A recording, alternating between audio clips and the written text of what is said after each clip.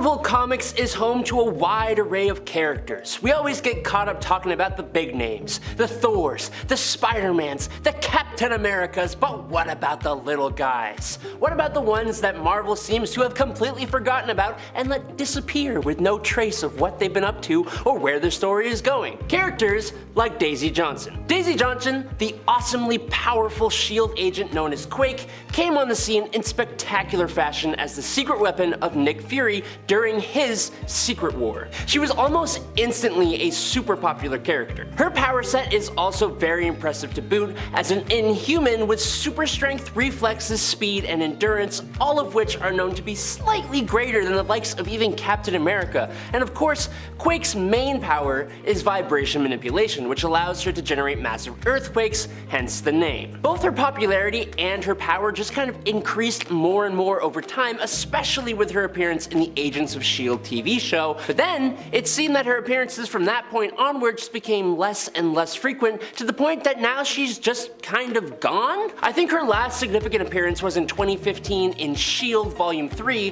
when she faced her own father, Mr. Hyde, and that's a bummer because many a fan loved seeing her. But from Nick Fury's ace in the sleeve to Spider-Man's forgotten sidekick, Alpha. The super incredibly powerful new Spider-Man sidekick known as Alpha seemed to come and go like a fart in the wind, and speaking as an avid farter, I would know. He first appeared in Amazing Spider-Man number 692 in August of 2012, and was a completely unimpressive Midtown High student who went to visit Horizon Labs, where he got exposed to Parker particles, and yes, that's actually what they're called. He gained the ability to create a hyperkinetic form of cosmic energy tied to the forces of the universe that he could use in blasts and beams, and he could also let off massive explosions, and he had tons of other powers too. He became the spokesman for Horizon Labs and the sidekick to Spider-Man. But basically, he was super irresponsible and unpredictable with his power. For Spider-Man, power and irresponsibility do not go together, and so he depowered Alpha to only about 10% of his original power. Alpha just was not very well liked by fans, and while he continued to operate as a hero and got his own little solo series in 2013,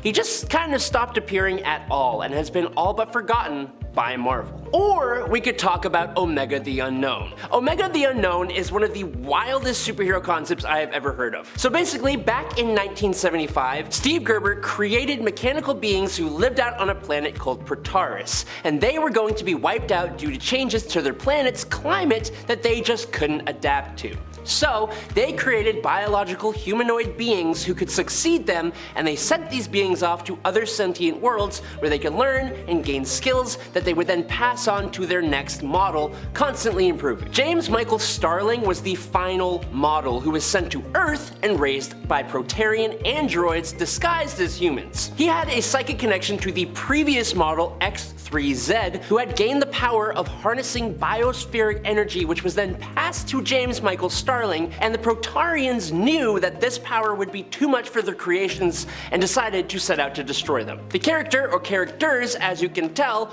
were absolutely wild, but they didn't really stick with readers, with X3Z being destroyed by the police in Las Vegas and James completely vaporizing himself, and they just stayed gone until he came back, revealed to be stuck in Chthon's other realm in Darkhold Omega in 2022, but just as quickly as he came back, he was completely gone again. Or we could even talk about characters as cool as Darkhawk, who still get forgotten about. Darkhawk is one of the most frustrating characters that Marvel has, because honestly, he is so cool, but Marvel has no idea what to do with him. Christopher Powell was the son of a cop and a district attorney when he witnessed his father taking a bribe from a mob boss, and he stumbled upon an amulet that gave him the ability to transfer his consciousness to the Darkhawk armor. It was an ancient Shi'ar magical armor, and it was very cool, and it gave Chris quite the set of abilities. Obviously, he had the classic superhuman strength, speed, durability, agility, and reflexes,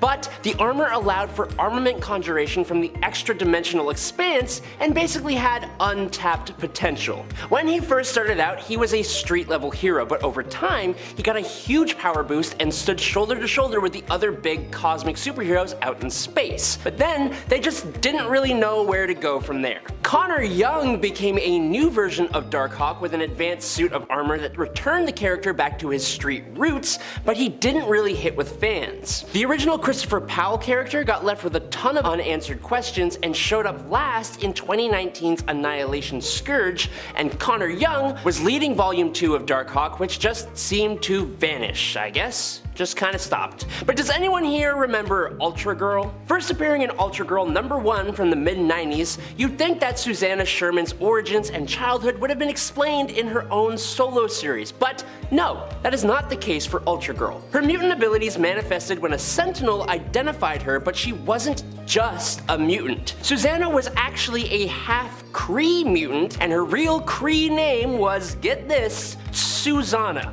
It's just Susanna, but with a T at the beginning. We don't know if she was born on Earth or was brought here, but we do know that she was raised on Earth by a group of pink Kree, and they had this whole prophecy that she was going to be the ultimate unifier, eventually restoring glory to the Kree Empire by defeating both the Shi'ar and the blue-skinned Kree. She had awesome strength, enhanced vision, a healing factor, and the ability to fly, and she used those abilities as a member of the Initiative. She even eventually struck up a friendship with Carol Danvers, being specifically chosen by her to become the new Miss Marvel, which you would think would be kind of a huge deal. Well, during Dark Reign, Norman Osborn acquired the rights to that title and the costume, and he gave it to Moonstone instead to become Miss Marvel on his Dark Avengers team, and Ultra Girl just kinda had to deal with it. She went on to appear as an applicant to babysit Luke Cage and Jessica Jones' daughter. She showed up at Avengers Academy prom night, formed up with the Initiative again during Fear itself,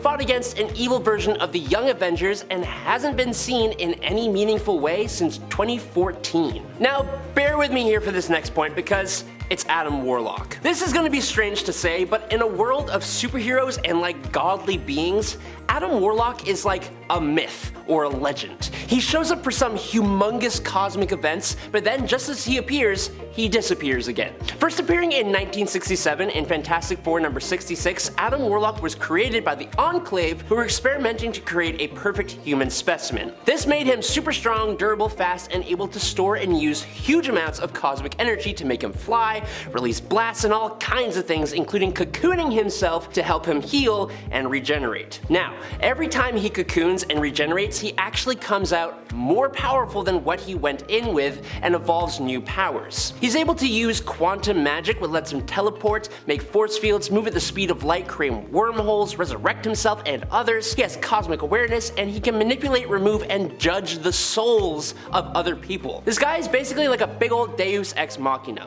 but that's the problem. He gets reborn, attunes to a new universal threat, defeats that threat, and disappears again. The last time he showed up was in 2018's Infinity Wars, which kinda sucked, and he just kinda showed up, went inside the Soul Stone, helped save the day, transported Gamora somewhere completely random in the universe, gave the Infinity Stone sentience, and then he disappeared again, yet to be seen since. But now we're gonna go way back for the Rawhide Kid. A gunslinger from the 1800s with dozens of cowboy adventures to brag about, Johnny Rawhide Kid Bart is one of Marvel Comics' oldest characters, but also one they have seemingly tried to sweep under the rug, just for a little bit. Johnny Bart got his own adult-oriented reboot under the Max imprint, where he was reimagined into a gay gunslinger, and the portrayal of homosexuality within that comic was super criticized for being stereotypical, campy, just plain offensive. What could have been the Rawhide Kid's big push from his relative obscurity instead became a big old embarrassment that Marvel had to apologize for, and they subsequently buried the Rawhide Kid. He's had some moments working with the Avengers and the West Coast Avengers, but otherwise has pretty much been relegated to background cameos. Now, similar to the Rawhide Kid, the Masked Raider is another one of the oldest cowboy heroes in comics, debuting at a time when cowboys were the dominant trend. But because that was literally just the trend of the time, the Masked Raider was quickly lost to time, just like a lot of the other cowboy heroes, the Rawhide Kid included. They revived him in their 1000th issue in 2019, but completely reimagined the Masked Raider as a multiversal legacy, meaning the title was to be passed on to different people. Now this huge change to the Masked Raider's backstory and purpose got people pretty excited for what was to come. Marvel even had the Masked Raider's new inheritor teased through cameos and guest appearances with the character in possession of the Eternity Mask, and then just as he was revealed to be some guy named Dr. Carlo Zoda, Marvel buried the whole thing in a really hard to follow time loop in Defenders Volume 6 at the start of 2022,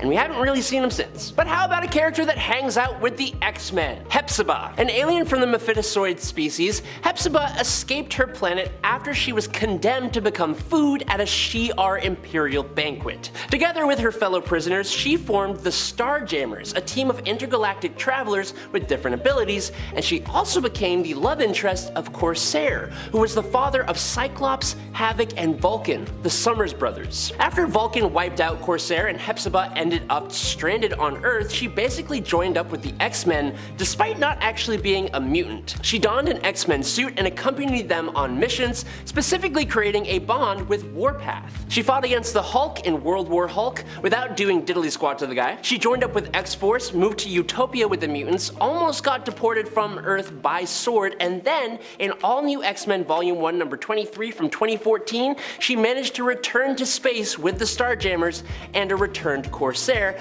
and that is basically as far as it goes. We have not seen her in any significant way since then. And now for this point, Griffin Gogal was just an ordinary plumber with a smoking habit doing his ordinary job when an elderly psychologist couldn't afford to pay the plumbing bill. So instead, this psychologist offered to cure Griffin's smoking habit through hypnosis. Well, what do you know? This psychologist was actually an alien, and the hypnosis had the added benefit of unlocking Griffin's superhuman abilities, which are basically just the same abilities as Superman and the ability to perform any skill at an ultra level. Captain Ultra basically became a joke character. With his new powers, he went out to try and find a new purpose, applying to be a part of a bunch of different teams, both heroic and villainous. Teams like the Frightful Four, who rejected him for his fear of fire, the Defenders, who accepted him but very briefly, the Initiative, who made him babysit other heroes, and the Revengers. It was with the Revengers where he got himself arrested and he ended up in prison, and he moved around to different prisons but hasn't really been seen again since 2016, as far as I can tell. I think the fact that he just never became that popular can be for a handful of reasons. For starts, his absolutely horrible painter's palette of a costume, but then there's his incredibly generic name, and the fact that his powers are just Superman but not as strong, and there are a whole handful of characters with the same kind of thing, but even stronger. Over time, even the most powerful heroes can be forgotten, and some heroes just struggled to fit in, ultimately left abandoned and considered outdated in the more modern era. Captain Atom is a hero that DC seemingly stopped caring about in 2011, which is also wild to think about when you realize just how powerful this guy is. Captain Atom is like Shazam in the sense that they were both characters DC amalgamated from other publishers. Shazam came from Fawcett Comics, whereas Captain Atom came from Charlton Comics, which by the way is the same publisher that Peacemaker also initially hailed from. But while Peacemaker has only become more relevant with time thanks to his amazing HBO Max and DC live action series, Captain Atom has become less and less relevant, sadly. He was considered a powerhouse back in the day, capable of reconstructing matter, self-sustenance, teleportation, and even time manipulation, to name a few of his abilities. But you wouldn't know it to see him lately. He rarely appears now, and when he does, it's normally to get beat up by other folks who he should, in theory, outclass, like Gotham Girl and The Fraction. Are there any heroes who you feel have been disrespected like this? Let me know in the comments, because this always bothers me when stuff like this happens. Captain Atom also served as the inspiration for Watchmen's Dr. Manhattan, but today, Dr. Manhattan, I would say, is more well-known and more relevant than Captain Atom himself now is. Wild. Speaking of someone who is less relevant now than when they first appeared, Maxima was initially a villain in the comics somewhat before she became a hero. She was introduced to us as an alien attracted to Earth kind of by Superman, whom she sought to become her mate, abandoning her betrothed at the time, Ultra.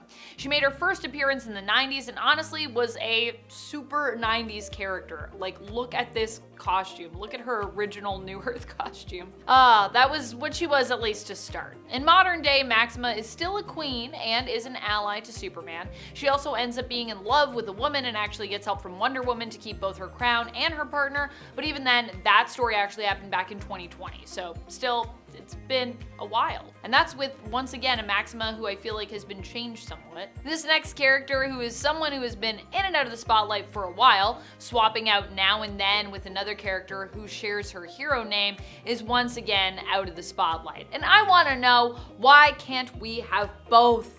When it comes to Huntress, it seems like we can only ever have one of them at a time for some reason. Now don't get me wrong, I am a big fan of Helena Wayne, of which we now have a version back again in this new golden age. But where, oh where, is Helena Bertelli? I feel like anytime one Helena is in, the other one has to be out. Look at how many Spider-Mans Marvel has. I mean, I think we can handle 2 Huntresses, no? I feel like DC is like, you can't, you'll be confused. I'm like, dude, if I can understand your continuity, I can understand anything. Anything.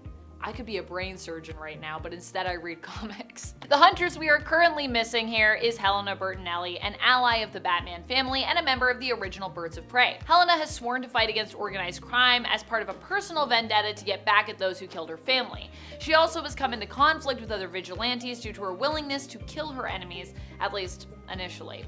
As far as I can tell, the last major appearance of Bertelli's Huntress was in the Shadows of the Bat event in 2022 when she appeared in Detective Comics.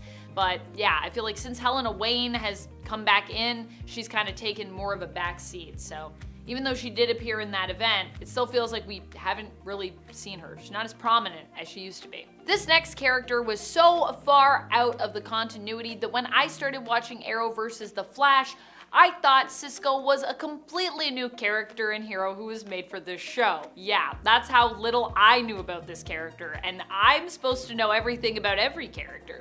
Cisco Ramone in the Flash show is a member of Barry Allen's Team Flash. He eventually goes on to gain premonition powers which allow him to see into the future, which he calls vibing. He can basically like touch a person and kind of see into their future, taking the superhero name for himself of Vibe.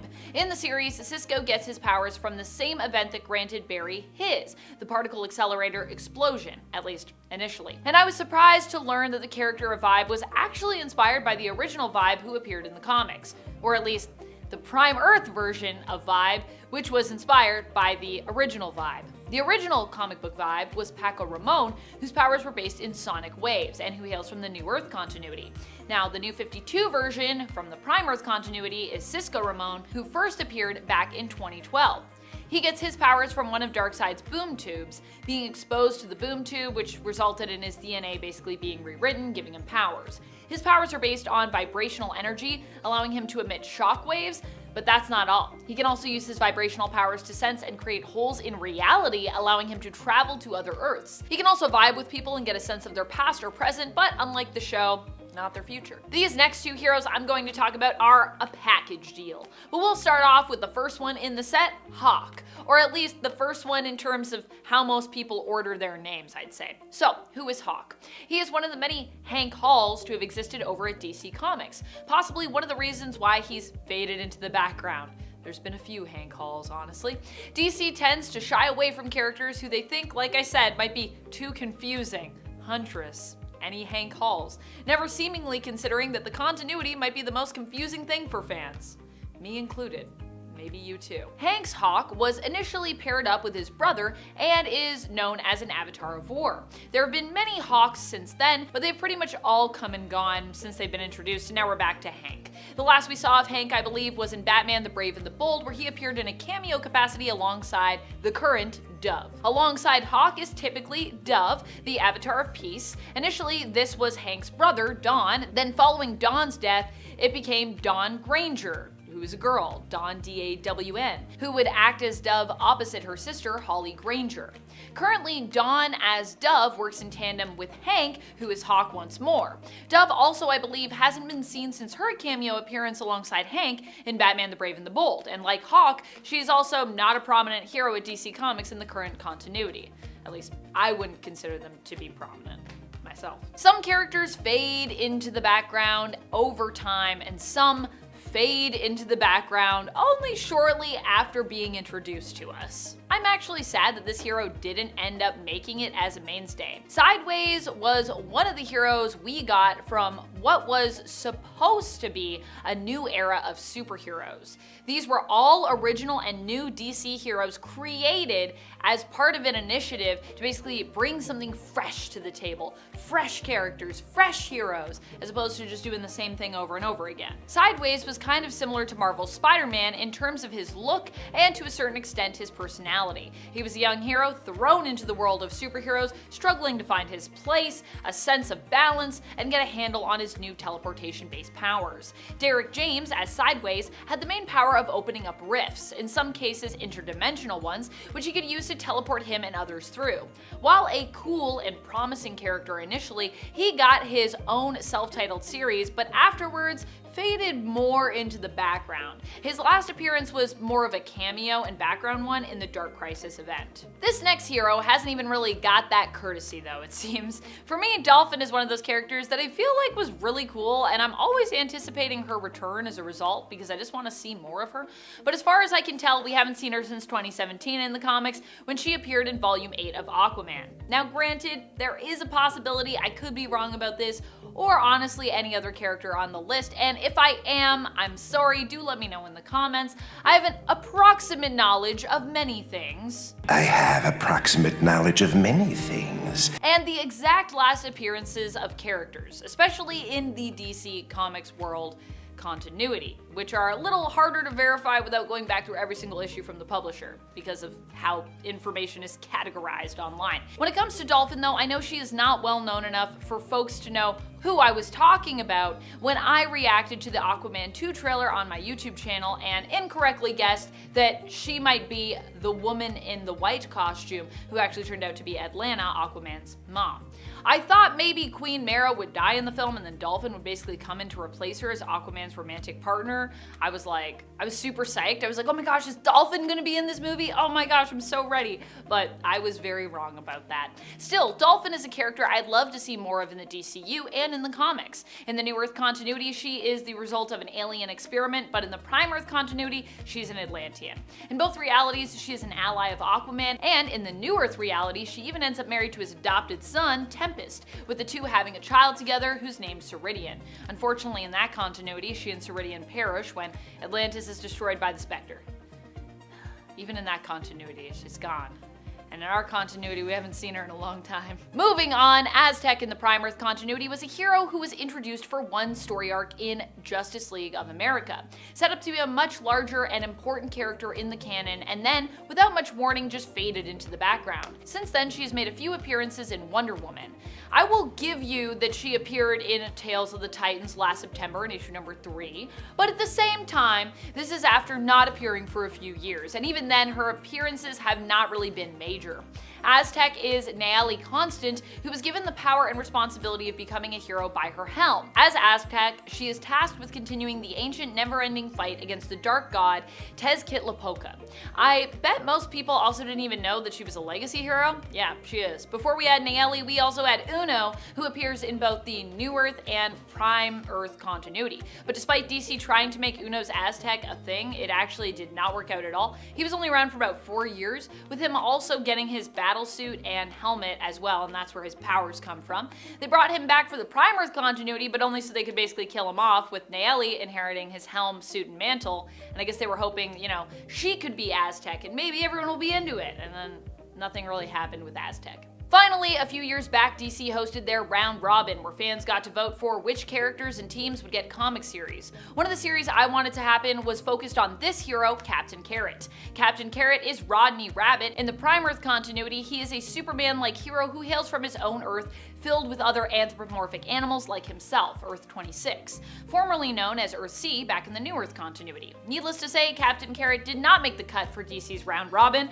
I know I was one of the few that wanted that to happen, so I'm still waiting for him to come back into the spotlight again.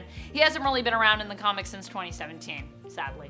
The MCU has created multiple household names over the years, but there are so many heroes that deserve the spotlight that unfortunately some of them get lost to history waiting for their triumphant return. Take this first family for example. You might know the Brown family thanks to Spider-Punk from the new Spider-Verse movie, but that family also exists in the 616 universe. Two notable heroes have emerged from the family of 11, Hobie as the Prowler and his older brother Abraham as the Black Tiger. Since Hobie has popped up a lot, we're focusing on the latter. Abraham Brown is a martial arts superstar that first appeared in April of 1974. He met and quickly became friends with other martial artists, Lin Sun and Bob Diamond. The trio found a set of Jade Tiger amulets and decided to become the Sons of the Tigers. The trio later dispersed after a series of personal arguments and they lost their amulets. But before breaking up, they teamed up with other heroes like Spider-Man and the Human Torch. To take some time off, Abe was hopping on a plane to Algeria, but his suitcase had been switched, the new one containing the Black Tiger costume. Unfortunately for Abe, two other not-so-nice guys were also looking for this costume and hijacked his plane. But Abe is a superhero, so he survived. He managed to chase and capture one of the men, but they were then captured by a local tribe and forced to duel Black Panther style to see who will become the Black Tiger. We know how this ends. Brown officially takes up the Black Tiger mantle, and his last known activities took place in 2017 as a member of the Penance Corps. Sometimes real life and the characters on the page are one and the same, and this is especially true in the case of the second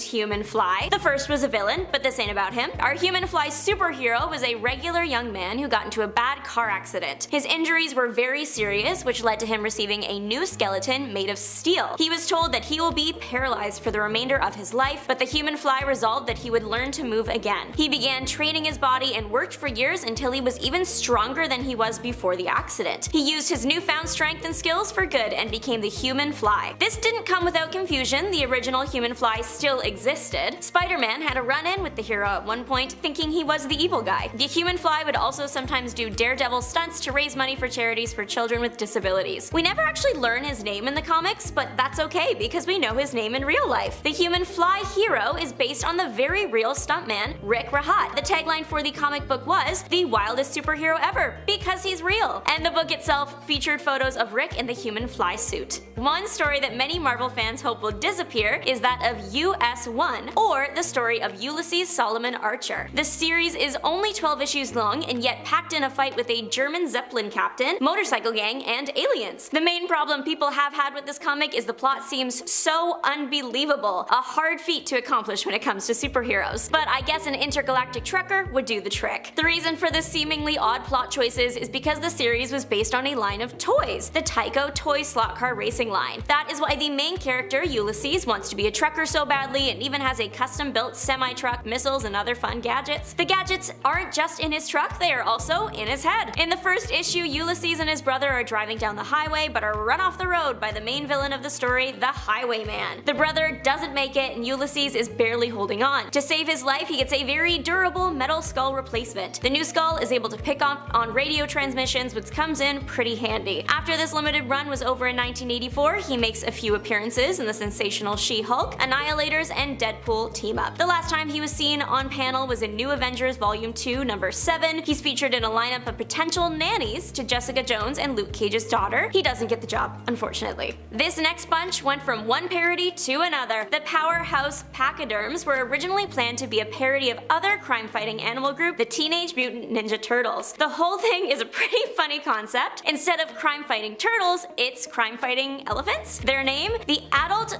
Thermonuclear Samurai Elephant. Iconic. However, not everything went to plan and there were some significant delays, and so Marvel was forced to change the name and said that they were now a parody of the X-Men. Either way, the team of 4 first appeared in Power Pachyderms issue 1 in 1989, and that's it. That's all we ever get. The issue itself is a gem. We learn that the elephants were supercharged when their train car bound for the zoo was unhooked from the train by a monkey, and they happened to jump track to one that leads to a nuclear test zone. Then there's a big explosion, and that exposes the elephants to radiation, turning them into super elephants. They rejoin the circus briefly before heading off on their own, only to come back together to fight Clarinetto, former head of the Brotherhood of Musicians. The super elephants fight and defeat Clarinetto and his band of celebrity ninja impersonators. If it sounds ridiculous, that's because it is. The last panel even tells you to not take it seriously, and the elephants haven't been seen since 1989. The SLE Brothers also kicked off in 1989. What was in the air that year? This 6 issue limited series was specifically designed for adults. John Carnell is responsible for creating this wacky comic. The entire thing is a spin-off from a one-off comic strip created for Doctor Who called Follow That TARDIS. This story follows a pair of brothers who grew up as orphans, but not on the Earth we know. Their Earth is far in the future and looks kind of like if you find steampunk and 80s neon aesthetics and use that to build a city. It's full of pollution and crimes and monsters and aliens and very corrupt and generally unwelcoming. So that's the vibe, and the job the brothers have picked to survive this harsh landscape is private investigator. They are good at what they do, getting the right results, even if they don't always use the most morally sound methods. The comic itself wasn't received well, and the first issue didn't sell well. The brothers were seen in the totally stonking, surprisingly educational, and utterly mind-boggling comic relief comic, and then the backup story in Image Comics' Elephant Men issue 16. And then they haven't been seen since. Today, there are no nerds and jocks. Set aside your differences because Stan Lee said so. In 2011, Marvel partnered with the NHL of all things to create superheroes for every team. The project was called the Guardian 30 Project, and for the most part, a team's hero would be an elevated version of their mascot. The Panthers is a panther, you get it. All 30 heroes were featured in the 2011 All-Stars game, which for anyone who doesn't know, like me until last year, the All-Stars game brings together all the best players from all the hockey teams across the league. 2011's special presentation even involved a cameo from Stan Lee and a laser show. These things weren't meant to just be pictures. A CGI animated short was created to debut the hockey heroes, and there were even future plans for comics, movies, TV series. They planned for these to tap into the younger audience of hockey fans and become wildly successful, but if that were the case, they wouldn't be on this list. They flopped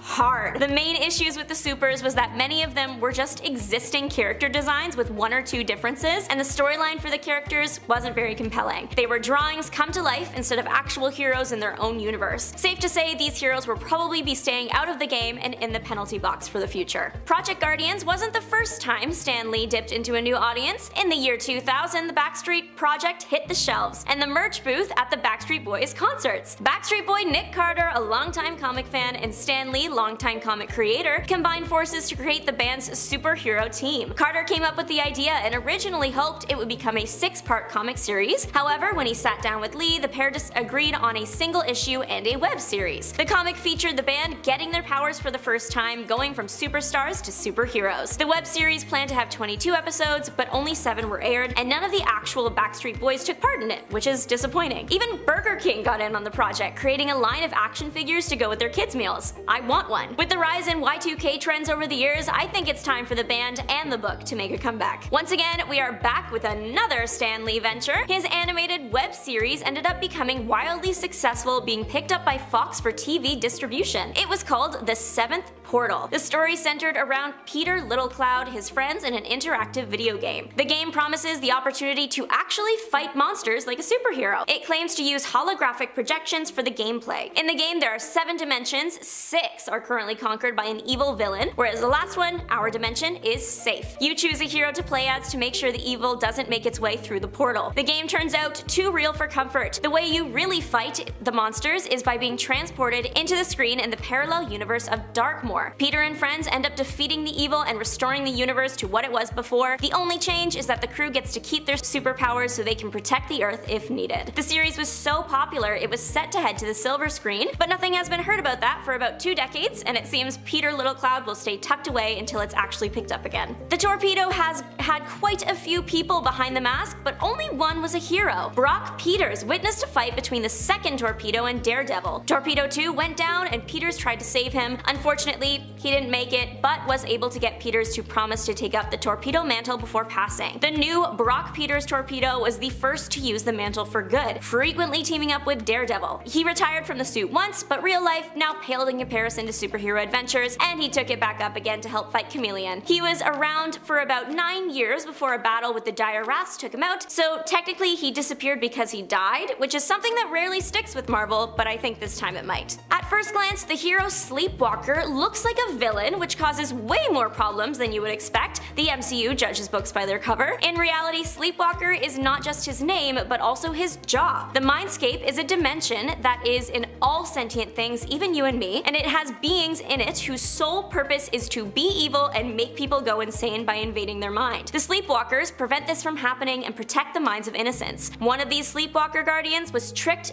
by a longtime enemy into entering the mind of Rick Sheridan. The villain and hero fought in the dream, but when the villain escaped, our hero found that they couldn't, or at least that was the case for a little while. Pretty soon, it evolved into just remaining on Earth. Eventually, Rick learned of his Sleepwalker buddy, and the two became co-inhabitors of Rick's mind. The Sleepwalker used his time on Earth to fight the evil entities from the mindscape that materialized. The last time we saw Sleepwalker was in 2018 in Infinity War's Sleepwalker number 4, where he was very busy destroying nightmares and saving worlds. I hope we see him return. He seems neat. There are so many crazy characters in Marvel Comics that some just get kind of forgotten sometimes, especially when it comes to villains, because those guys can get defeated and either sent to the afterlife or locked up in prison, and we never have to think about them again. For example, we've got Armless Tiger Man. Gustav Hertz worked in a mechanical laboratory in Munich, Germany during the 1940s. Now, unfortunately for Hertz, one day his arms got caught in a machine and had to be amputated. While this is a horrible thing to happen to anybody,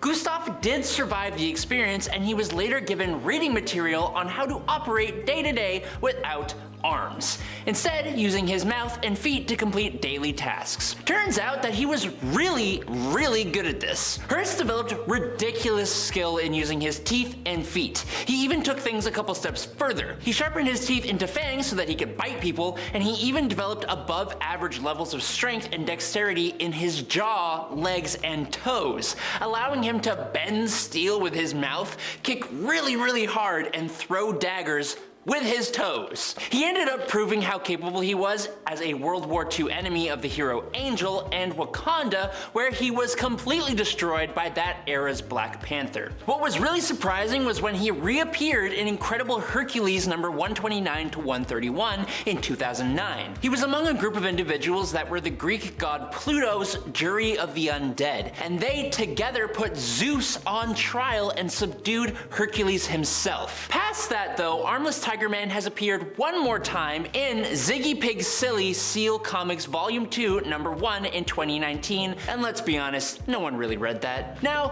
Hulk villains are always a fun thing to talk about because they are either super smart or incredibly powerful, both of which make for a fun read. The character Ravage is one villain that is both of those things wrapped into one, which makes it all the more puzzling that he has completely disappeared. Dr. Jeffrey Crawford was a former mentor of Bruce Banner, who used the Hulk's gamma radiation to cure himself of a debilitating neuromuscular disease, while pretending that he was trying to help Banner cure himself of the Hulk persona. Unfortunately, like a good chunk of others who subject themselves to gamma, Crawford became a big old green monster who is subject to fits of rage. But unlike a good chunk of other gamma mutates, Jeffrey kept his wits and was both an incredibly strong villain able to rival the Hulk physically, but also cunning and able to outthink the Hulk as well. He had this plan to try and become Ravage full-time instead of only temporarily hulking out. Banner had to team up with General Ross to try and bring him down, resulting in a huge brawl between the two Green Goliaths, but it was actually Major Talbot who used a cryogenic inducer to freeze Ravage, and he was kept in suspended animation at Gamma Base being researched for ways to defeat the Hulk himself, and the last mention of him was way back in 1998. What always boggles me is when a villain has an absolutely huge backstory that ties into the Elder Gods and the greater Marvel godly planes, but then they just never show up. For example, Echidna, or Echidna, however you want to pronounce it. Echidna or Echidna was an Elder Spawn, the granddaughter of the Elder God known as Set, who is a big deal in Marvel Comics. Set was the first Elder God to realize that he could steal the power of his other Elder Gods by consuming them, which kicked off a whole massive war between the Elder Gods, turning most of them into demons. So his granddaughter is not someone to mess with. Echidna is the mother of all monsters. She made Angerboda, Cerberus, Chimera, the Lernean Hydra, the Nemean Lion, and the Sphinx, just to name a few. Despite that though, in the modern day, she has been a part of some just straight up sucky teams. In 2013, she became a part of the second Doom Maidens team under Caroline LeFay, who were eventually able to resurrect Morgana Le Fay. And in 2018, she became a part of Namor the Submariner's Defenders of the Deep when he decided that land dwellers weren't allowed in the ocean, and she stayed part of that Atlantean team until she turned on Namor and challenged him for the Atlantean throne and got defeated by Ghost Rider when the Avengers showed up back in 2021. Now, the villain Dr. Bong was a goofy villain even during the Golden Age. He has a metal ball where his left hand should be, and he uses it to create concussive blasts by striking the appendage against his bell-shaped helmet. We actually have no idea how he came to become Dr. Bong, because his backstory mainly just touches on how he was a bullied kid who found power in writing and language, so then he became a very unethical reporter, and then tried to become a celebrity and joined up as a performer with a rock band where he would play different characters, and one of those performances got out of hand when his hand got cut off by a guillotine. I wish I was making that up. Now, chronologically, he then appeared in Howard the Duck number 15 in May of 1977 as Dr. Bong with random knowledge of biological engineering and sonics. He faced Howard and eventually She-Hulk, and then in 2010's Deadpool Volume 2, the villain was reimagined just a smidge bit more threateningly as Deadpool's former therapist and having cloned a team of superheroes, giving his clones regeneration abilities. He then joined a group called the Villains Anonymous, who all had run-ins with Spider-Man, and the last time he was seen was in 2014's Amazing Spider-Man Annual Volume 2, number 1. Now, this next one may be one of the more revolting villains out there, and it only gets worse when you learn that Douglas Carmody, the Bogeyman or Boogeyman, was a villain to the Power Pack, a group of kids. Carmody was in charge of the Carmody Research Labs, where Dr. James Power was working to perfect his antimatter power generator. When the Power Pack gained their abilities from the destruction of the generator, Carmody lost his job and essentially blamed the Power Pack for it all. Classic villain backstory. He then went on to hunt the Power Pack, considering them mutants even though they weren't. He stole a battlesuit from Project Pegasus, and using this suit to try and wipe out the Power Pack, he ended up coming into battle with Asgard's Warriors 3 and the New Mutants. Now, in Power Pack number 40, a demon named Nastir, I think is how you pronounce it, invaded New York City, and he turned several people, including Bogeyman or Boogeyman, into demons. And for Carmody, he basically embraced it completely, permanently staying as a demon while the others returned to normal. He tried to wipe out the Power Pack again with his new abilities, but then he saw himself in a reflection and went tumbling off a building. That was back in 1988. He appeared one more time in 1993's Cage Volume 1, number 19, facing Luke Cage, where he apparently passed away. But this isn't confirmed, and so he is basically considered missing, which isn't at all a pleasant thought. Now, similar to how the High Evolutionary created the New Men, he also created the Man-Beast from a red wolf that he genetically modified. However, unlike the New Men, Man-Beast was created using a new isotope which granted him a heightened physicality and enhanced mental capabilities, also granting him a greater level of ambition. He terrorized Counter-Earth, or more accurately, he led a revolt against the High Evolutionary, which, I mean, that isn't really so bad. That guy sucks. But he was eventually stopped by Thor before he could do real damage. He tried this 2 more times actually, being defeated by Wolverine and Kitty Pryde the first time, and then on Counter-Earth, he was stopped by Adam Warlock, who slightly devolved Man-Beast, which is kind of terrifying to think about. He would then return again on Earth as the Hate-Monger, having seemingly re-evolved back into his normal self, but then he was defeated by Spider-Man, and he was thought to be actually killed, but nope! He actually tried to stop the High Evolutionary again, infiltrating his Knights of Wundagore in the late 90s. Unfortunately for the Man-Beast, the High Evolutionary and Quicksilver devolved him back into a wolf, but he's returned from that before, so who knows? Next up is the villain known as Belladonna. Belladonna was actually a Spider-Man villain, but it's more accurate to call her a villain to another Spidey villain, Roderick Kingsley, aka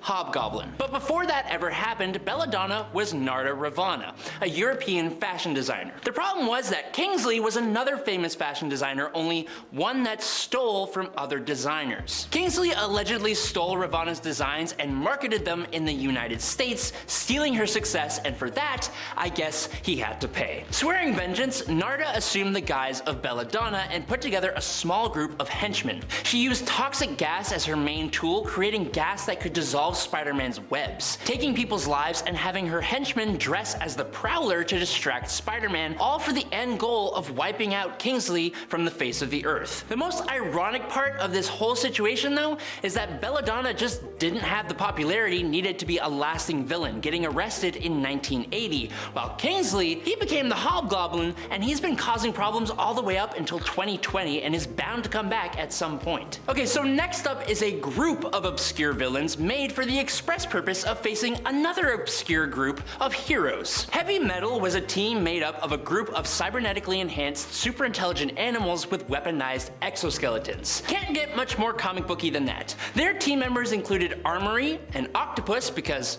arms, get it? Tail Gunner, a vulture, Bloodbath, a shark, Ramrod, a rhino, and they were led by Uproar, a blue-faced gorilla. Now this team was created by Adam Frost of Multicorp as a prototype, privately owned attack force set to oppose the team known as Brute Force, which is also a team of cybernetically enhanced super intelligent animals with weaponized exoskeletons. Also created by Multicorp, but they were created by Dr. Randall Pierce, and these guys were good. Except the problem is both of these teams were really just a part of Weapons Plus, the ones who created Captain America and eventually Wolverine, and they are not exactly the best people around. Heavy Metal was around for 4 issues of the Brute Force comic in 1990, and they have never been seen since. Remember back when I talked about Echidna or Echidna, and we talked about the Defenders of the Deep? Well, this team was basically filled with water-based villains that had nothing better to do, and one of them was a guy called Tiger Shark. So get this, Todd Arliss was a swimmer who took part in the Olympic Games.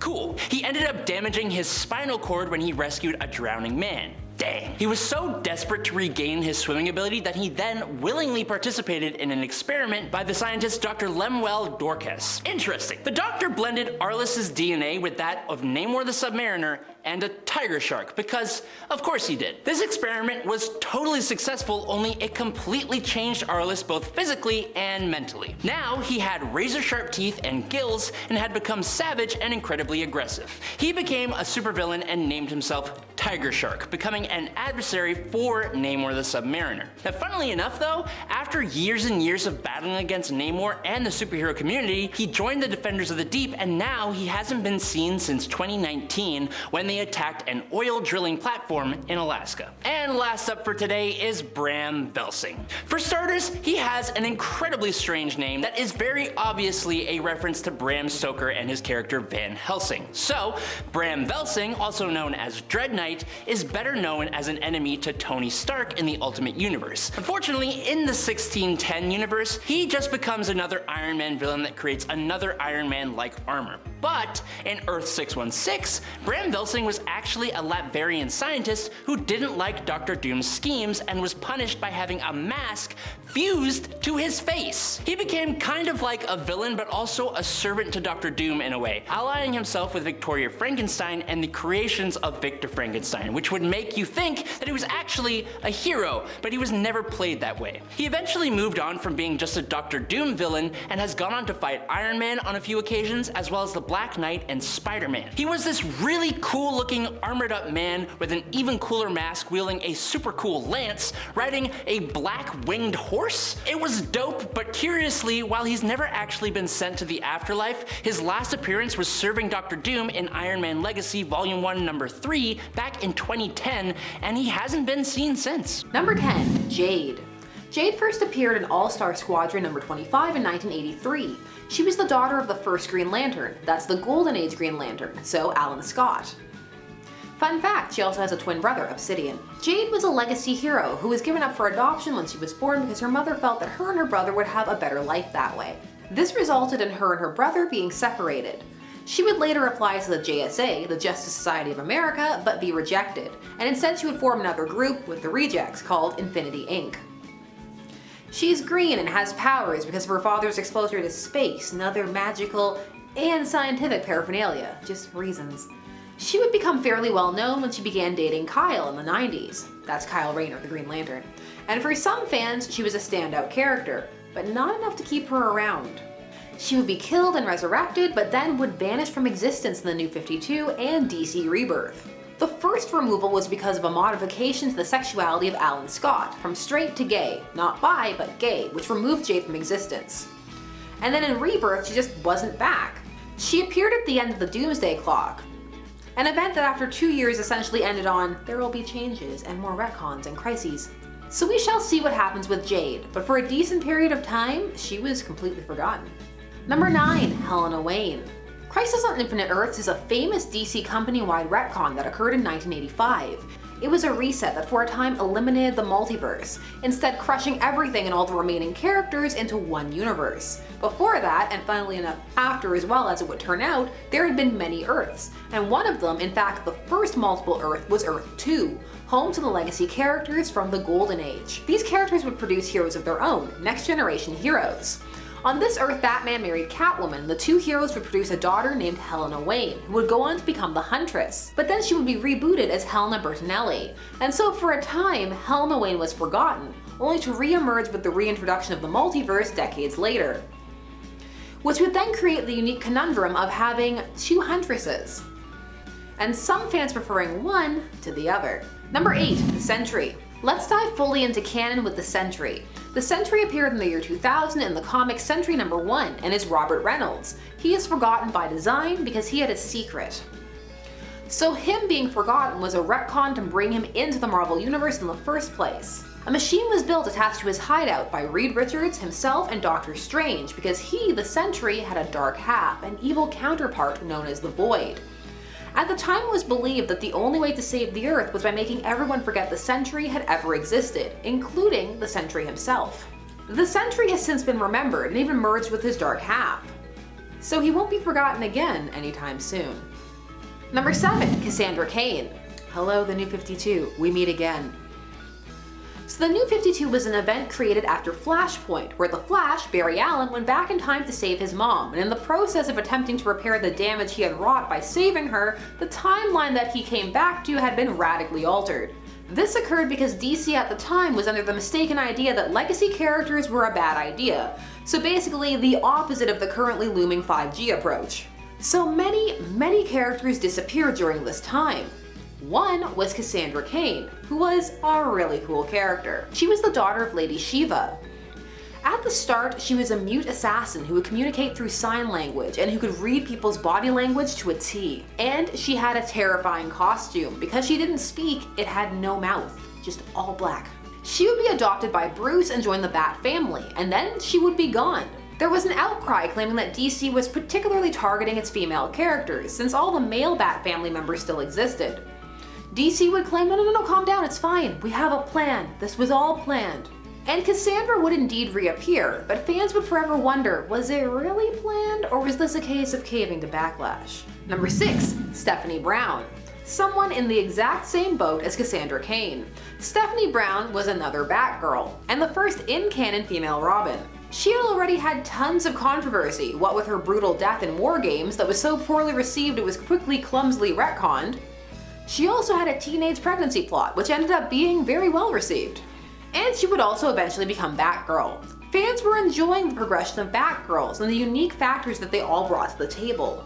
It also was helping with the now firmly established transition of Barbara to Oracle, one of those rare times where it felt like things were moving forward, not backwards, and that was okay. Although of course not everyone loved it. And then, bam, the New 52. And Stephanie who? Like Cassie before her, she too would reappear, but she would be back to her spoiler persona and dealing with her villainous father, the Cluemaster. Number 5, Connor Kent, aka Superboy. Okay, this one is interesting. Our 90s Superboy with his hip haircut and glasses and low-cut side belt would appear during the reign of the Superman arc, and then would magically transition from Con-El to Connor Kent, though his name would also still be Con-El. He would have a black t-shirt and jeans and a slightly shifted origin. It was one of those soft retcons as they call them. The New 52 would not erase Connor, but it would revamp his origin again, by Daddy Lex, but just for a bit. Then Rebirth would make it all very confusing, for at the end of the New 52, it was revealed that the original pre-Flashpoint Superman was alive, and he was married to Lois and had a son, Jonathan Kent, Superboy. So what did that mean for Connor? Well, for a bit, he vanished. He would reappear, but this was a case of, so how do we work both of these Superboys in at the same time? The solution? The return of 90s style Superboy over in the Young Justice book, and hyper-aging Superman's son to the age of 16 and then having him join the Legion of Superheroes.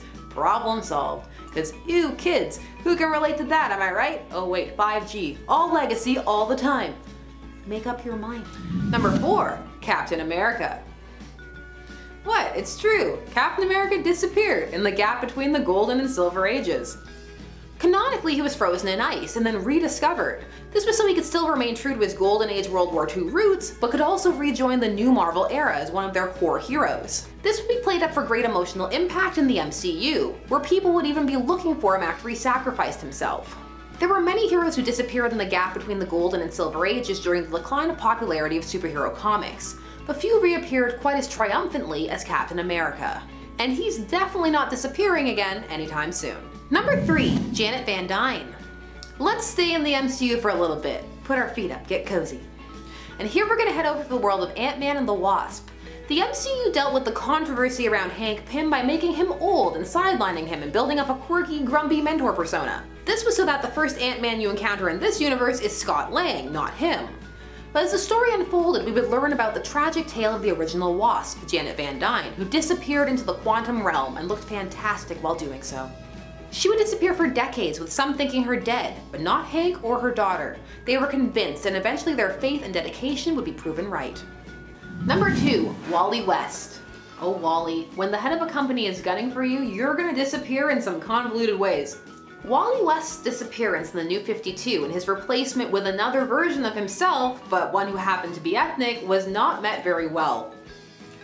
Wally was a classic character who had existed since the early era of sidekicks, a founding member of the Titans in the 60s, and he had maintained this mantle for 23 years. This was until Barry's abrupt return, because classic characters overrode legacy at that point. He was the Flash being adapted into cartoons and shows, and for many the only Flash they had ever known. And then he just vanished. So did his wife and his kids, who were also heroes. Ice cold. And why? No reason. Just cause. Cause they could. This was not something that fans got over, and a lot of the annoyance got placed on the poor new Wally Wallace West, Wally 2, who really was an okay character but had come about in the worst way. The return of Wally was something that was used to usher in the start of the Rebirth era. And finally, in at number 1, Batman.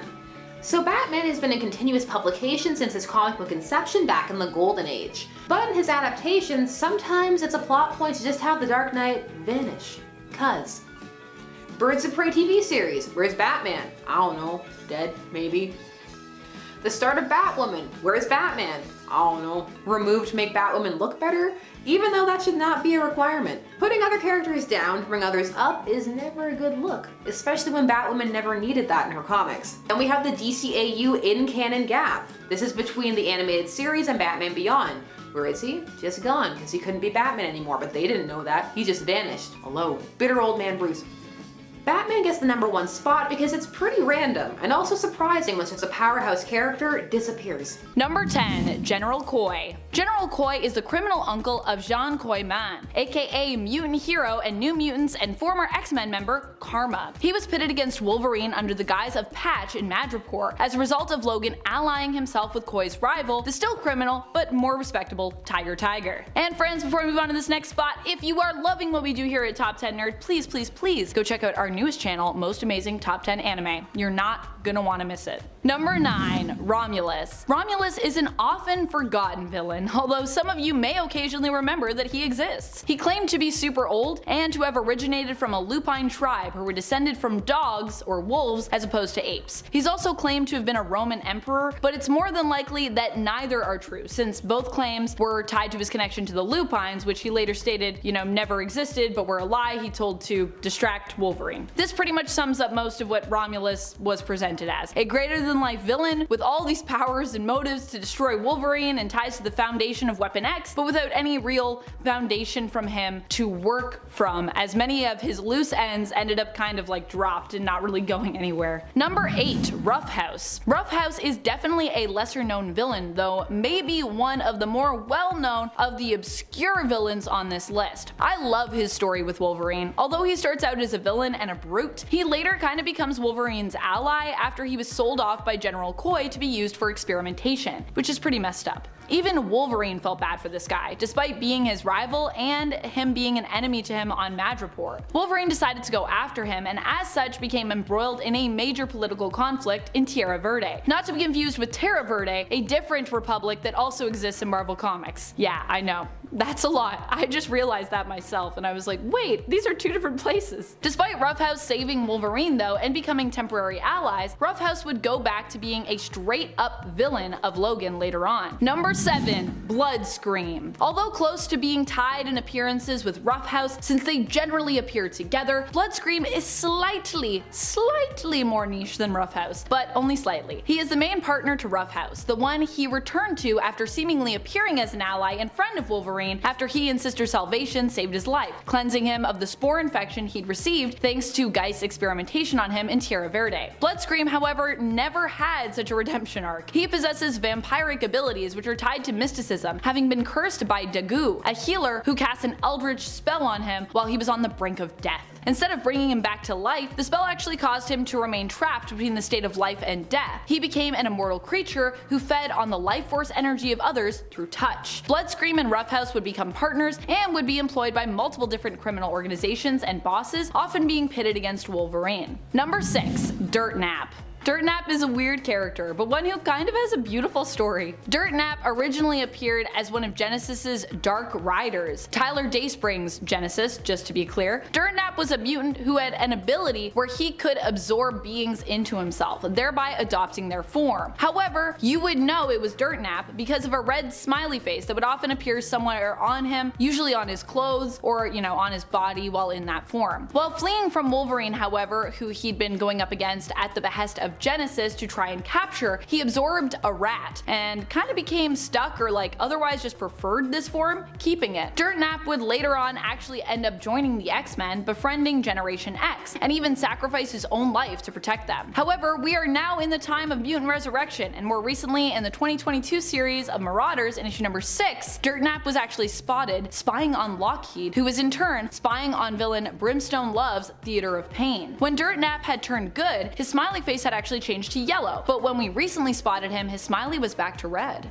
So what does that mean? Seems like he's evil again. Number 5. The Red Right Hand. The Red Right Hand was an organization that was brought together by one thing each member shared in common: their hatred of Wolverine. This is because in some way, as each member saw it, Wolverine was to blame for some great misfortune that had befallen them. The Red Right Hand, however, acknowledged that Wolverine was unkillable, basically thanks to his healing factor, so they came up with a better plan in regards of how to best deal with him. Their plan was to send his soul to hell for all of eternity, trapping him there. The Red Right Hand allied themselves with Daken and Mystique to enact their plan. However, Mystique would later turn on them when she found out all the details that their plan entailed, and thought even for her it was pretty awful. In the end, although they didn't trap Wolverine's soul in hell for all of eternity, their plan did succeed. And even worse, they were left with their final say, as they took their own lives rather than surrender to Wolverine or allow him to get revenge by killing them. Number 4. The Mongrels. The Mongrels were a team assembled by the Red Right Hand to seemingly take out Wolverine. They were brought together by and trained by none other than Daken, the son of Wolverine, who now goes by the name given to him by his adoptive parents, Akihiro. Daken trained the Mongrels but never really expected them to succeed in defeating Wolverine. This is because it was all part of the Red Right Hand's master plan that they lose, or well, win or lose against Wolverine, that the Red Right Hand would win as a result. Because the Mongrels were actually a team made up exclusively of Wolverine's kids. These were the kids that Wolverine didn't know about or that he forgot due to his memories in general being kinda like a mess. Kinda because of his healing factor and such. Only after Wolverine defeated them, killing them, did he learn the truth about each and every member of that team. Number 3. Charlie Chainsaws. He's a real guy. He's about as ridiculous as he sounds, but also about as terrifying as he sounds too. Charlie Chainsaws appears in Wolverine Weapon X, where he's one of Dr. Rotwell's patients in later experiments. Charlie Chainsaws was locked up in the Dunwich Sanatorium because he liked killing people with chainsaws. To make him even more deadly, Rotwell decided to therefore give him chainsaws for hands. This didn't make him a very quiet or tactile killer, but it did make him a very bloody one. Eventually, Wolverine would escape the sanatorium, but so would Dr. Rotwell and his beloved experiment, Charlie Chainsaws. Number 2. Spore. Spore was apparently a super ancient evil that was created by the Deviants way back as a weapon to be used against the Eternals. However, Spore didn't just do harm to Eternals, but kinda to all living things it came in contact with. As such, Spore was condemned by the Celestials and killed, or at least defeated, long ago. Or so they thought. While destroyed, Spore lived on in the soil where he was defeated. Eventually, through this soil, he was able to return through substances that were grown in it, and used for experimentation on people, like Ruff House. In fact, Ruff House ended up infected and had to be saved later on by Wolverine as a result. Wolverine and his mutant friend Bandera ended up fighting against Spore with some help from the people of Tierra Verde and Sister Salvation, who possibly herself was a mutant, although we're a little unclear on that. While defeated, a small piece of Spore would apparently survive, having resurfaced this summer somewhat randomly in an Iron Man comic. Apparently that happened. Number 1. Snow Queen. Snow Queen is someone who I initially thought was going to be revealed as Emma Frost when I first read about her, based on her appearance in issue number 24 of Wolverine from the 1990s. I mean, she kinda looks like Emma Frost, right? Like, I read it and I was like, is that Emma Frost? And then I was like, no, this is totally different character, Snow Queen. And yet, she is not Emma Frost. She is her own character who just happens to share a bit of a resemblance to Emma. Her real name is actually Bridget Leahy, and she has powers that allow her to create kinda like TV static, but in your brain. They're described as being telepathic snow powers. They basically make your mind foggy and make it hard for you to focus if you happen to be within range of her power. She did not last very long, dying in the same issue she first appeared in. So that's the end of Snow Queen. For now. Number 10. The S-Men. Red Skull, being the dastardly devil he is, made some backup plans in the case of his eventual demise. One such plan was a clone of himself who would come back in the modern era. Okay, side note, why do villains do this, making clones of themselves? The individual villain still kind of passes away, so if they move their consciousness or something, that kind of makes sense, but I don't get why this is a thing. But I'm pretty sure this clone isn't even like that. I'm gonna make myself upset, so let's just continue. Basically, waking up in this new modern world with mutants and all that jazz, this new Red Skull decided that he was going to dig up the body of Professor X and steal some of his brain, granting himself some telepathy, and as an antithesis to the X-Men, he created the S-Men.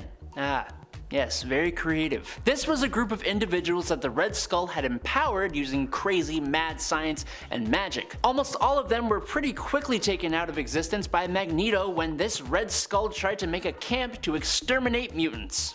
Bad move, buddy. Bad move. Number 9. Zodiac Cartel. Honestly, it's a pretty cool idea for a group. This villainous group of hand-picked business leaders who were all born under different zodiac signs, as their leader Cornelius Van Lunt, or Taurus, was heavily into astrology. Each member, while representing a zodiac sign, also was based in a different American city, and their main goal was world economic and political domination. Its members originally were, other than Cornelius, Scorpio, Jake Fury, Aquarius, Darren Bentley, Aries, Marcus Lassiter, Cancer, Jack Cleveno, Capricorn, Willard Weir, Gemini, Joshua Link, Leo, Daniel Radford, Libra, Gustav Brandt, Pisces, Noah Perricone, Sagittarius, Harlan Vargas, and my representative, Virgo, Elaine McLaughlin. The team was first formed after the dissolution of a previous group called the Great Wheel of Zodiac, which had covert agents from around the globe, including Baron von Strucker, Dum Dum Dugan, and even Leonardo da Vinci. Its dissolution also led to the creation of S.H.I.E.L.D., Hydra, and Leviathan as well, so you could definitely say it was important and somehow still relatively obscure. Number 8. Headmen. Sometimes it takes the smallest of things to bring people together, and while that may sound like an extremely beautiful sentiment, I'm saying it in relation to the villainous team known as the Headmen, who it seems came together because each of their powers revolves around their heads in one way or another, and it's honestly kind of unsettling in my opinion.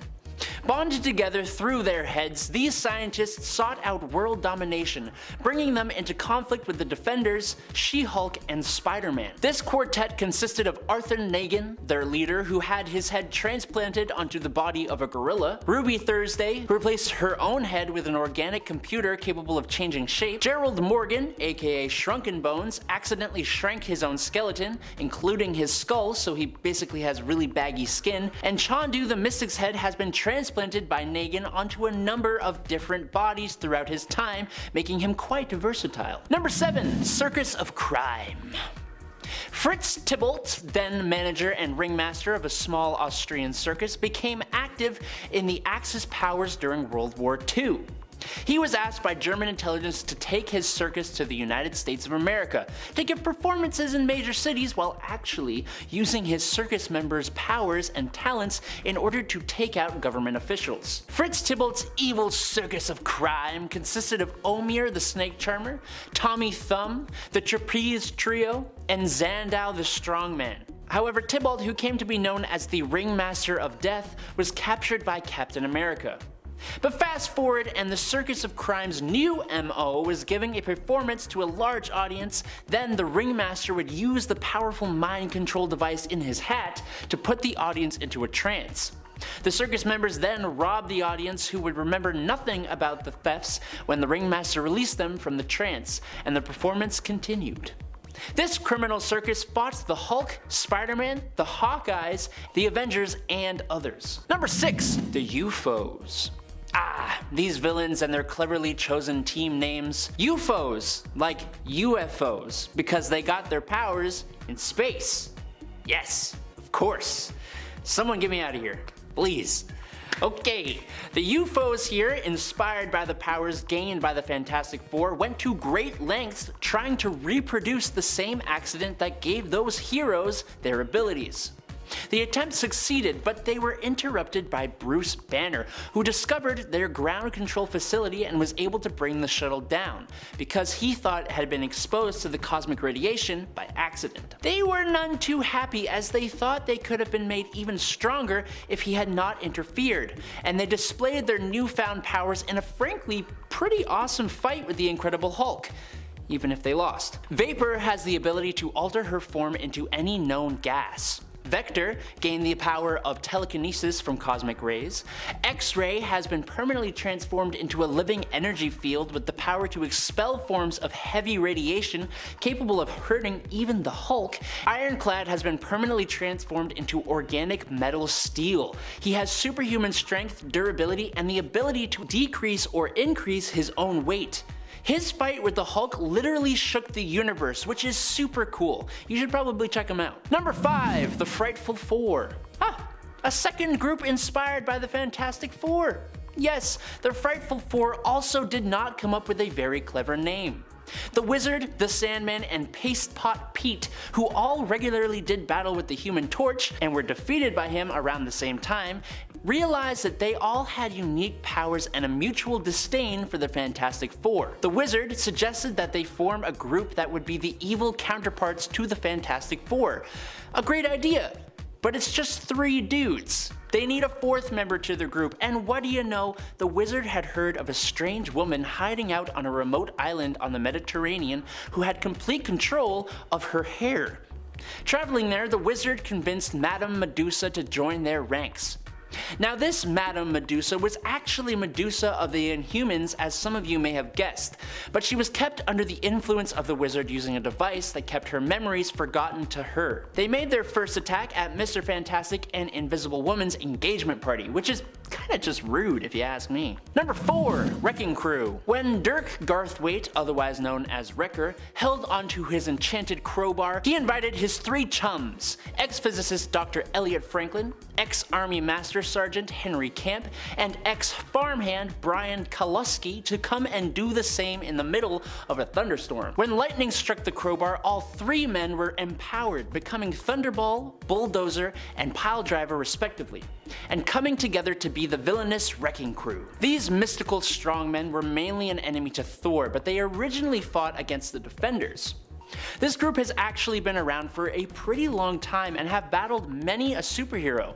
The Fantastic Four, Avengers, Omega Flight, Spider-Man, the Thunderbolts, and even got into a fight between the Marvel and DC universes. Number 3, Menagerie. The Menagerie is likely a more recent evil team, showing up for the first time in Amazing Spider-Man Volume 3, Number 1 in April of 2014, when they tried to steal valuable decorated eggs from an antique store and were pretty easily defeated. So like, from the get-go, the impressive feats are on the lower side of the list, if you know what I'm saying. In fact, I'd say the most famous thing they've done is when they disintegrated Spider-Man's spider suit, making him have to create web underwear for himself. And it's kind of the underwear that is remembered here, not the menagerie. The animal-themed criminal team was created by White Rabbit, and its members included Hippo, Ox, Skyne, who did the spider suit disintegrating, Squid, Swarm, and, wait for it, Panda Mania. Nice. The Menagerie also is known for trying to rob a club where Nadia Van Dyne was celebrating her birthday with numerous other heroes, which, as you can imagine, it didn't go too well for them. Number 2, Death Throes. Remember how the headmen all came together based on their head-related powers? Well, I'll do you one better. How about the Death Throes, whose powers and names all have something to do with commonly throwing stuff? The ringleader, threw together teammates Bombshell, Knick-Knack, Oddball, Tenpin, and Throwdown into a group that works really well together, juggling their weapons between each other and doing battle with characters like Captain America, Crossfire, Hawkeye, and even Loki of all people, who stopped the group from robbing the big top casino in Las Vegas. The Marvel Wiki even lists their origins as quote-unquote joint effort to perform criminal and mercenary acts while using juggling expertise. I honestly kinda had a hoot putting together this point, as I can't believe this group of villains even exists. And lastly, at number 1 is Horticulture. Okay, of all the teams on this list, I think the Horticulture are my favorite. For starters, they look so cool. But then, you find out it's a bunch of older women between the ages of 64 to 81 who are all expert botanists and want to bring Earth back to its more pristine time when it had about 7 billion less people on it. I just love how they use their regular names, and the names just kinda suit their age and interest in plants. I don't know how, but they kinda just do. Augusta Bromes, Lily Lamus, Edith Scutch, and Opal Vetiver. Gosh. But yes, that's right, these ladies want to basically exterminate most of the Earth's human population and bring plants back to the forefront, specifically flowers. This goal brings them into conflict with the X-Men in 2019's X-Men number 3. Beyond biological modifications believed to have been made to themselves, the women of Horticulture are experts at manipulating the environment to suit their extinction agenda, and they're also computer programmers, selling software to Orcus to monitor Krakoan gateways. But seriously, look at them. They're just awesome. Coming in at number 10 is Calendar Man. Julian Gregory Day, whose name is a pun on the Julian and Gregorian calendars, has an obsession with dates, committing crimes that always have a relationship to the date that they are committed on, usually covering the major holidays. Like most of the messed up members of the Batman's rogue gallery, Calendar Man had a rough childhood. His parents neglected him, which almost resulted in his death from days of exposure, which in turn resulted in his complete psychotic break, an obsession with days and holidays. First appearing in Detective Comics number 259 in September of 1958, Calendar Man was a bit sillier, using different costumes to commit crimes based on the days of the calendar, like dressing up as an Indian magician representing the monsoon season. But after the Crisis on Infinite Earths, Calendar Man was barely used and instead got a great revamp by writer Jeff Loeb, Batman The Long Halloween. In this new version, Calendar Man was institutionalized in Arkham Asylum and was deemed as an insane, ruthless criminal with abbreviations of the months tattooed around his head in a circle with no silly costumes or ridiculous crimes. Number 9. Flamingo. Eduardo Flamingo, known as Flamingo, is a world-famous serial taker of lives and assassin. He is well known for a specific thing he does which inspired his sometimes name of the Eater of Faces. which explains itself, I'd say. Eduardo was actually a morally strong advocate and fighter against organized crime, but it changed when he was captured and underwent forced brain surgery that altered his personality, making him dangerously psychotic. Now, the incredibly colorful Flamingo is an enforcer and assassin, rocking a very unique look and somehow totally making a pink motorcycle not look silly. He has a dark, unfeeling personality and is an expert marksman, which makes up for his lack of powers and makes him a pretty dangerous threat for Batman. He has even temporarily paralyzed Damian Wayne, so think twice before you judge. He'll chew your face off, man. Batman's obscure villains usually happen to be a bit more serious and psychotic, but a lot of obscure villains can be completely ridiculous and silly, which makes me wonder, what are some of the silliest and wackiest, commonly unknown villains that you guys love? Let me know in the comments and I'll get on with this video. Number 8. Humpty Dumpty. With his house being demolished, his dog being run over, and his parents being crushed by a Christmas tree on Christmas, things weren't too great for Humphrey Dumpler. He was mistreated by his grandmother, who he was forced to live with, and because of his appearance and mental capacity, he was bullied. Of all things, the last straw for Humphrey was missing a subway train. Humphrey was obsessed with fixing things, and since the missing of the train, he started going out late at night to disassemble and reassemble mechanical devices which had upset him in some way. But since he wasn't very intelligent and all the info he got was from books, the things he fixed actually caused a lot of accidents. The first was the same train he missed, which then crashed. Now going by Humpty Dumpty, he was tracked down by Batgirl, who dislocated her shoulder, saving him. Humpty Dumpty fixed her shoulder, but then also revealed that he had evolved from disassembling devices to disassembling and reassembling people. Namely his grandmother, who he believed had to have been broken and in need of repair. So he took her apart, then attempted to sew her back together again with bootlaces. Wow, that got really dark, like really quick.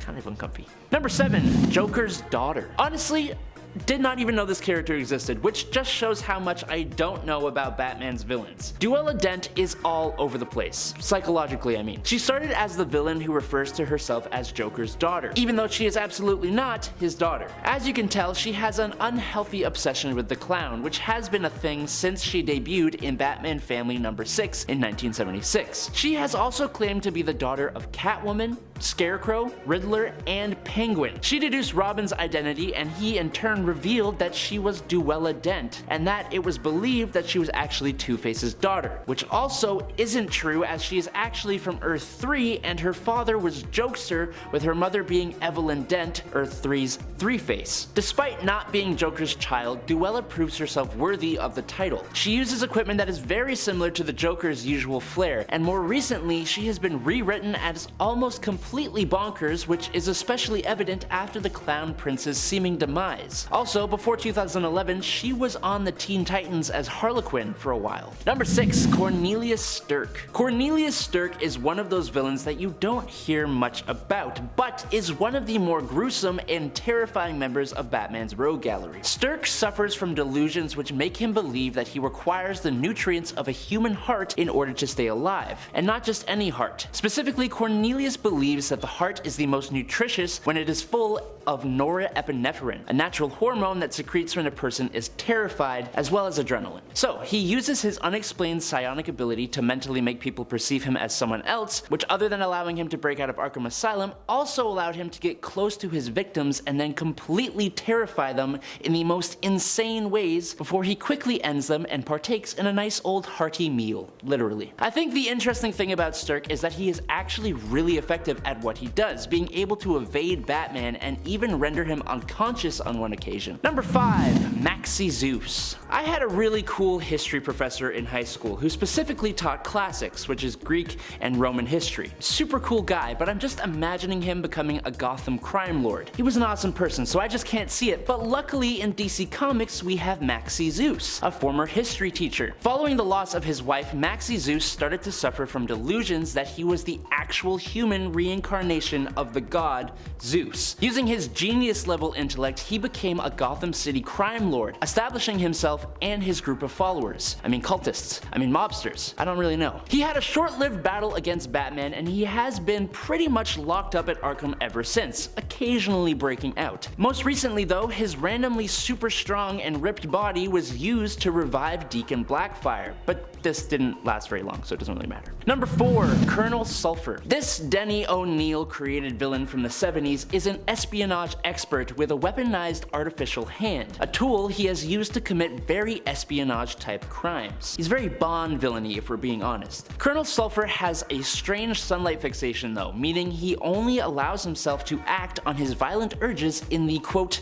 morning's earliest minutes, which is one hell of a specific yet very obscure time frame for criminal activity. He did actually prove to be a bit more of a threat when he joined the Army of Crime. When the Army of Crime's activities were challenged by Batman and Superman, Sulphur used an alien weapon to trap Superman and Batman in a timeless dimension. Sulphur then used stolen weapons to take over Gotham City, but as you may suspect, he was soon stopped by Batman and Superman, who had escaped from the timeless dimension. These things happen. Sorry, dude. Number 3, Lord Deathman. The Japanese crime boss known as Lord Deathman has battled Batman both in American comics and in Japanese manga, using his powers to seemingly overcome death itself, able to rise from the grave no matter what his injury is. In his first appearance in Batman number 180 in May 1966, he passed away 3 times using a yogi technique to appear dead before the final conflict, which saw him get struck by lightning and actually pass away. But since then, he has actually gained the real power to come back from the dead, but at the cost of having a bare bones skull for a head. His regenerative abilities are so powerful that his blood is used to create the infamous Lazarus pits that Ra's al Ghul uses to stay young and immortal. One of the first ways Batman defeated Lord Death with his new powers